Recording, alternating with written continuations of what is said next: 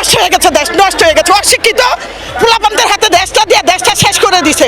আমি মনে করি এর চেয়ে বেটার ছিল আওয়ামী লীগের আমলে সবাই বেটার ছিলাম। আপনি নির্বাচনটা দিলেন কোন আইনে? জাতিকে জানান।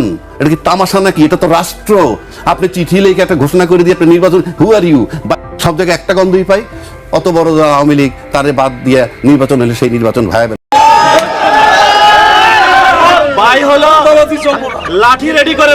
কিন্তু ভোটের মাসখানেক আগ থেকেই এনসিপির অন্য নেতাকর্মীরা যেভাবে টুপি পাঞ্জাবির আশ্রয় নিচ্ছেন, চালাক জনতা মুচকি হাসছেন তাতে।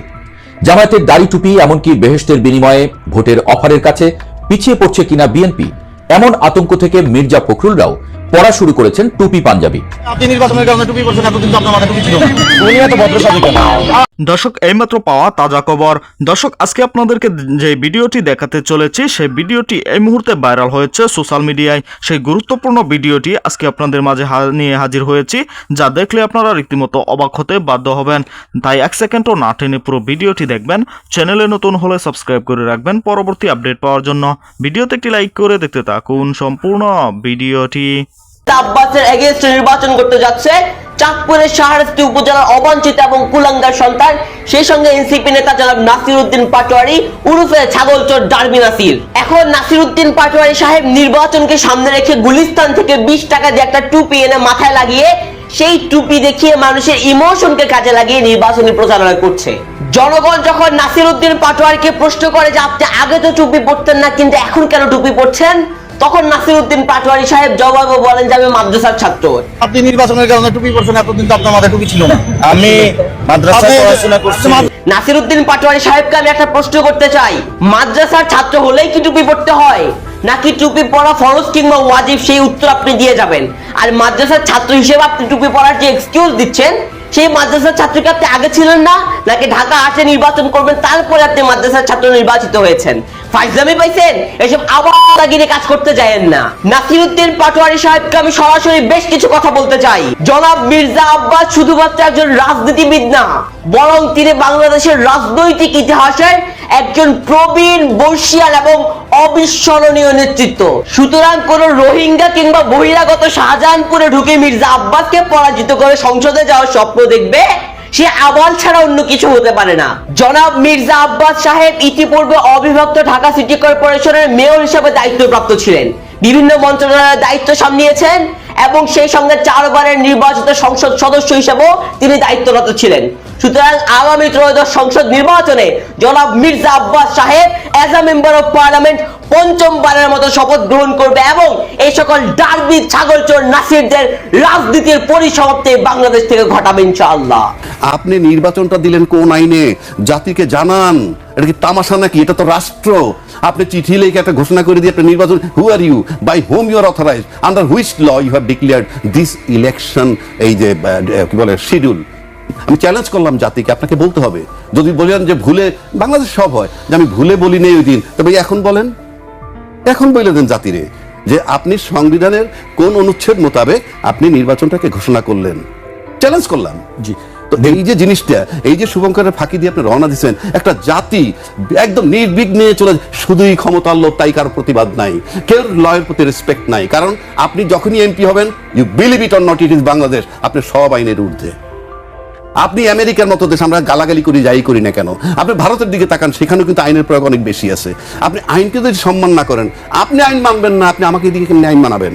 আমি চ্যালেঞ্জ করলাম, তো সব রাজনৈতিক দলের চ্যালেঞ্জ করছি, আপনি নির্বাচন করে বলেন যে ভাই আপনি কোন আইনে দিয়েছেন, প্লিজ জানান ভাই। আমরা জাতির কাছে প্রশ্নবিদ্ধ হচ্ছি, কোন আইনে, কোন সংবিধানে বা কোন অনুচ্ছেদ মোতাবেক আপনি ঘোষণা করছেন একই দিনে গণভোট এবং আপনার এই জাতীয় সংসদ নির্বাচন? আমি নির্বাচন বিরোধী না, কিন্তু আপনি তো ঘোষণা করলেন, আপনি বেআইনি পন্থায় যাইয়া আপনি আইন বানাইলে আপনি কিভাবে পালন করাবেন মানুষকে দিয়ে? রাজ্জাকি ভাই, এই প্রশ্ন এখনো উঠছে কেন যে আসলে নির্বাচন হবে কি হবে না, বা হলে সেটি সুষ্ঠু হবে কিনা, এই প্রশ্নটি এখনো কেন উঠছে? আপনি তো ভাই সব অনিয়ম দিয়ে শুরু করছেন। তো অনিয়ম দিয়ে, আমি তো রাস্তায় হাঁটি, তুষারও নিশ্চয়ই রাস্তা দিয়ে হাঁটে। আপনি বলেন তো আমি কোথায় গন্ধ পাচ্ছি নির্বাচনের? আমি মফস্বলের কথা জানি না, গ্রামগঞ্জের কথা জানি না, ওই এখানে তো আমরা গন্ধ পাই না। সব জায়গায় একটা গন্ধই পাই, অত বড় আওয়ামী লীগ, তারে বাদ দিয়ে নির্বাচন হলে সেই নির্বাচন ভায়াবেল হবে না, ইত্যাদি ইত্যাদি শুনি। সেটা বরং সেই কথাটা বেশি শুনি আরো। ইভেন আমরা টকশোতে এই কথাটা শুনি। আমি সেটার বিরুদ্ধ করছি না, উনি আসবেন কি আসবেন না, ওনাকে নির্বাচন করতে দেওয়া উচিত কি উচিত, ওই বিষয়ে আমি যাচ্ছি না। বরং নির্বাচনী প্রচারণার চেয়ে এই সমস্ত প্রচারণা আমরা বেশি শুনতেছি। তো এই জন্য আমি বলতেছি আপনি সব করতেছেন বেআইনি। আপনি নির্বাচনের তফসিল দিলেন কোন আইনে আপনার জানা নাই। আপনি একই দিনে গণভোটে ভাঙিয়ে দিলেন কোন আইনে আপনার জানা নাই। আপনি তো নমিনেশন পেপার জমা দিলেন, আপনি কলাম খালি রাখছেন, কোনো প্রতিবাদ নাই। আপনি আয়ের উৎস কি তুষার রেডাইকে জিজ্ঞেস করেন ইন্টারভিউতে, কিন্তু তুষারের চেয়ে যারা মোটা বেটা তা করে আপনি ডাকেন না, আপনি জিজ্ঞেস করতে পারেন না। এই যে বিষয়গুলো এত অনিয়মের ভিতর থেকে আপনি নিয়ম আশা করেন, এটা কি তামাশা নাকি? এটা কি রাষ্ট্র? তো দেশটাকে আগে রাষ্ট্র বানান। এখন সম্প্রতি আপনি যদি আরো শুনেন, মোমেন সাহেব ওনার খুব ঘনিষ্ঠ লোক হয়তোবা, জানি না, বলতেছি আচ্ছা আমার ঘনিষ্ঠ মোমেন সাহেব আপনার কাছাকাছি না, মোমেন সাহেব ইন্টারভিউ দিয়ে বলতেছে উনি 5 আগস্ট 8 মাস পরে নিউ ইয়র্কে চলে গেছে। না নিউ ইয়র্ক বলবো না, বাইরে চলে গেছে। আচ্ছা বাইরে চলে গেছে কিভাবে? উনি 6টা সিম পাল্টাইছে, 6টা সিম পাল্টাইছে, নানান জায়গায় থাকা, এগুলা নানান জায়গায় থাকতো, পাল্টায় ফাইনালি কিভাবে গেছে? সরকারি কর্মচারীরা তাকে, সরকারি কর্মচারী তাকে সহযোগিতা করছে এবং এটা কন্ট্রোল করছে, কি যোগাযোগ রেখেছে তার ওয়াইফ নিউ ইয়র্ক থেকে। আমি দোষ গুণ বলছি না ভাই, ফর গডসে, ওটার জন্য আমি বলতেছি না। আমি বলতেছি উনি 8 মাস এখানে ছিলেন এবং তারপরে এই প্রক্রিয়া সরকারি কর্মচারীদের সাহায্য নিয়ে উনি বেরোয় গেছেন। উনি কে? আমরা তর্কের খাতিরে বলছি, উনি পতিত সরকারের একটা অংশ। তাকে সহযোগিতা করতেছে কে? বর্তমান প্রশাসন। 8 মাস পরে গেছে, এখন থেকে 6-7 মাস আগে। তাহলে এখন পর্যন্ত যেই প্রশাসন পতিত সরকারকে সমর্থন করে, সেই প্রশাসন তো অন্তত এনসিপি নেতৃত্বে যে জোট আছে তাকে কোঅপারেট করবে না। তাহলে আপনি নির্বাচন সুষ্ঠুভাবে নিশ্চিত কিভাবে হন? কারণ সব বেআইনি হইতেছে, এটাও বেআইনি এবং আমি মনে করি এটাই আইন। আপনি বাংলাদেশ এখন সেই জায়গায় আছে, বেআইনটাই আইন। জোটের নির্বাচন হচ্ছে, আপনি যদি আদর্শগতভাবে চিন্তা করেন, জোট হইতে পারে after election, not before election. Exactly, তার খাইচ্যত একটা, আমার খাইচ্যত একটা। একদম ঠিক।